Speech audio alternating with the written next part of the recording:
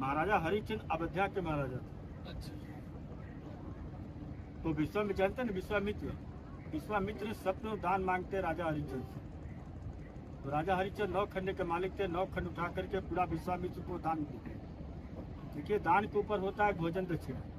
वो बोलते राजन धन दौलत राजपाट बहुत दिया, लेकिन अभी हमको भोजन दक्षिणा नहीं मिला, मुझको भोजन दक्षिणा दो। अगर नहीं दोगे तो अपना राजपाट धन दौलत 9 खंड पूरा वापस।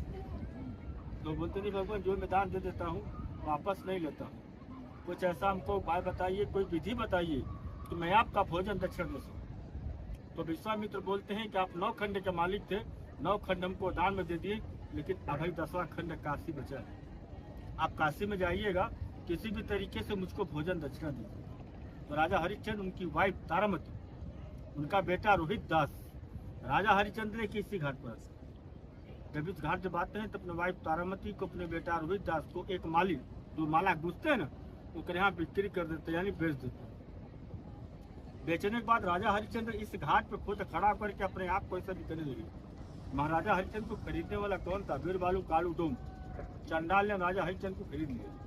खरीदने के बाद उनके यहाँ पे डेड बॉडी जलाने का उनको काम दिया। एक दिन उनका बेटा रोहित दास जाता बगीचे फूल तोड़ने के लिए, तो विश्वामित्र ने सांप का रूप धर करके उनको बेटो रोहित दास के सदस्य, उनका बेटा मर जाता है तो उनकी वाइफ तारामती लेके आती है सीरत, बोलती स्वामी आपका पुत्र है, इसको अंतिम संस्कार कर दीजिए।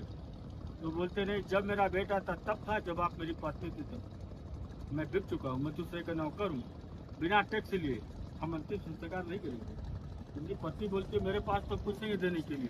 तो उनकी पत्नी ने साड़ी का पल्लू सवा कर जैसे फाड़ करके जैसे टैक्स के रूप में आगे बढ़ी, ऐसे देने के लिए यहाँ विश्वामित्र प्रकट होते हैं। ब्रह्मा विष्णु महेश बोलते हैं राजन रुक जाओ, मैं हार गया तुम जीत गए, मैं आपका इम्तिहान ले रहा था, मैं आपका परीक्षा ले रहा था, राजपाट ले लो, वापस अयोध्या लौट जाओ।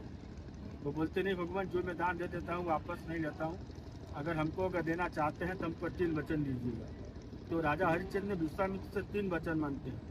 पहला मांगते हैं कि ऐसा परीक्षा किसी मनुष्य अब किसी अब राजा से मत लेना।